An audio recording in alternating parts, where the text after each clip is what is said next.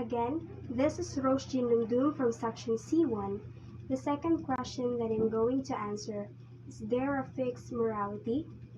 Morals are the accepted norms of conduct that allow individuals to work together in organizations. What culture sanctions as right and acceptable is referred to as a moral. The majority of people are moral and follow societal rules.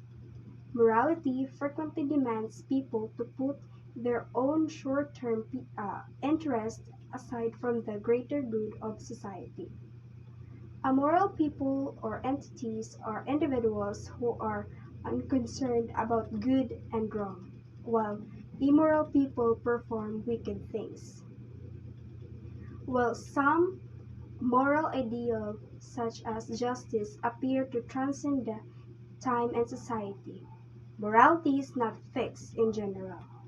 Morality is a term that describes the values of a specific group at a specific moment.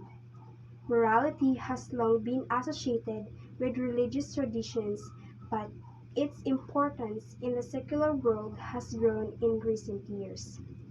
Are we now in a time when those children who are being reared in the moral relativity of the educational system are now producing offspring who are taking morality relativity of effect? It cannot be denied that moral values are not being taught in many homes as they used to be. But is this not the result of previous conditioning? Maybe is it time to rethink who has the primary responsibility to teach moral values? We can talk about virtue all day long, but until we can personify some of those characters and incorporate them into our own personal morality, we're wasting our time. Our lives are similar to a wilderness trek. Our value systems, since our personal ethics or personal morality is the compass that guides us through the strange world we live in. Those undiscovered hills of America, teeming with Hinduism, consumerism, relativism, individualism, minimalism, and slew of other beasts hungry for our soul. We shall be lost no matter how much we know about virtue if we do not incorporate some of it into our personal morals. We must come to the realization that what is deemed politically or socially acceptable may not always be in the best interest of our personal morality. This is sometimes referred to as spiritual maturity.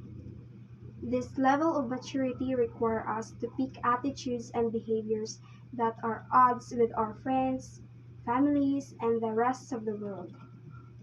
We must remain solid in our personifications of virtue, especially in these times, and resist the temptation to follow the crowd. Some philosophers distinguish between ethics and morals. However, when discussing personal ideals, acts, or principles, many individuals use the terms morals and ethics interchangeably. It's normal to remark, my morals prohibit me from cheating, but it's also popular to add, my ethics protect me from cheating. Morals are therefore the ideals that guide individual behavior in society, and while morals may evolve over time, they remain the yardstick by which we judge right from wrong.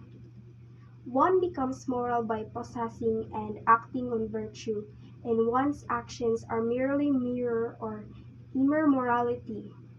Morality activity or endeavors to practice the virtue can offer people with resource they need to improve their own cultures.